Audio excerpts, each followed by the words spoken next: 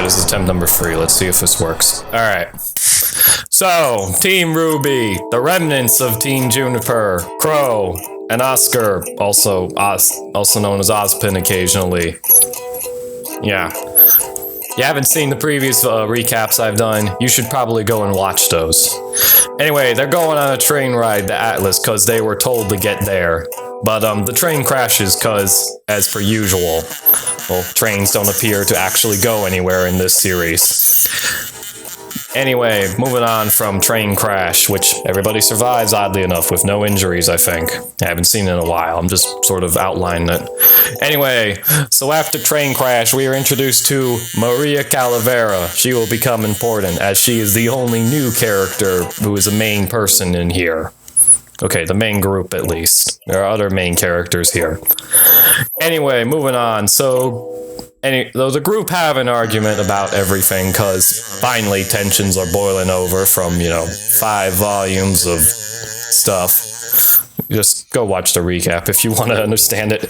Point being is that eventually it reaches a point where they end up activating the lamp, and it turns out there's a genie in the lamp named Jin. I am only showing her from her head up, because if I didn't, I would receive 0 money. Allow me to show you exactly what I mean by that. Yeah, I know Patreon set logos are cheap censorship, but let's be honest, they work, don't it? Anyway, point being, Jin decides, it's alright people, it's time for me to be the official explainer of how Ozpin and Salem came to be the enemies. And she does. And it is, surprisingly enough, effectively a marital dispute. Of, Ozpin and Salem met because Ozpin saved her. Ozpin suddenly died because he stubbed his toe or something. They didn't have good medicine back in the day. Essential oils, don't cut it essential oils, don't cut it then, don't cut it today, that sort of thing.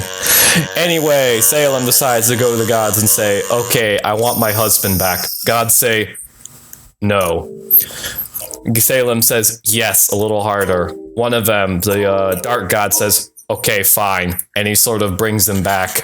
Then light god shows up and says, nah. And then he kills him again. This goes on for some time. And then, Salem finally has enough of the gods arguing like kids. So she decides, after finally getting Ozpin back, alright, I'm gonna wage war on you. And so she gathers a bunch of noobs and, people who play like RuneScape and WoW and, everybody who existed back then, because magic existed then. So they all, congregate and shoot at Dark God. Dark God says, nah. And he Thanos snaps everybody except for Salem out of existence. And Salem has to basically sit around for a while, because, forgot to mention, she got dunked in a pool of immortality, or something like that. It's been a while since I've seen it, just roll with it. Anyway, so, moving on past some details, Salem ends up finding Ozpin again after everything. She also tried to dunk herself in the Dark God's pool, thinking, so if I got immortality from going in the Light God, what if I dunk myself in Dark God? That's not what happened. She ended up coming a little more pale than usual. So anyway, she went with Ozpin and they had kids. All their kids are dead now. Thanks, Salem. And they had a very fiery divorce argument. Also, it's revealed that Ozpin's whole deal with the Light God and all that, because Light God's the one who eventually brought him back, despite being the one who said he should stay dead for some reason. His deal is that he will reincarnate for basically forever until Salem dies. Only problem? He can't kill her. This seems like a sour deal. Okay, moving on. So after all of this, Ozpin basically decides to hide inside Oscar's brain because he's, he just had all his dirty laundry aired and he does not want to confront a single amount of it. Yeah, this is gonna happen eventually to everybody. But moving on. So the group decide to lay low in a town in order to, recuperate, because, train wreck and past reveal and, plot development, which should be stagnated, apparently, because this was how Volume 5 worked. They don't stay in the town for long because they figure out, there's Zombie Grim underneath who kind of killed everybody, and they're the next. Also, RWBY shows character development. Yes, I like this. Anyway, so they leave after torching the town. Oh, and mainly because they figure, you know what, this will probably keep the zombies contained for a while. Also, during this trip, RWBY figures out how to silverize, which is good.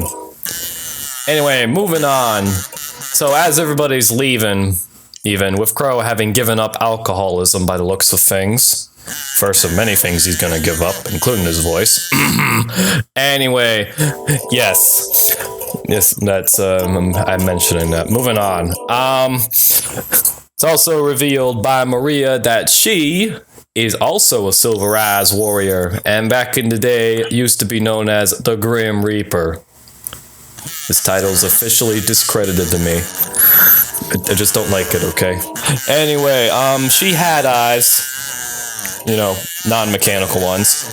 Lost them because of, a croc. Yeah, I'm not making that up. It was a croc. Anyway, yeah. So she kind of retired. She's the inspiration for Crow and therefore part of the inspiration for RWBY. So respect. And the group actually end up making it to a town near Atlas, which looks like San Francisco.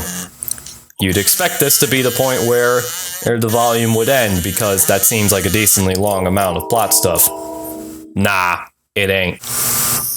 Alright, Gavin of the Present here to let you know that I made a very long version of this, but I'm going to have to cut it short because I lost most of my footage and I do not want to have to go through the editing process again. They arrive at the town.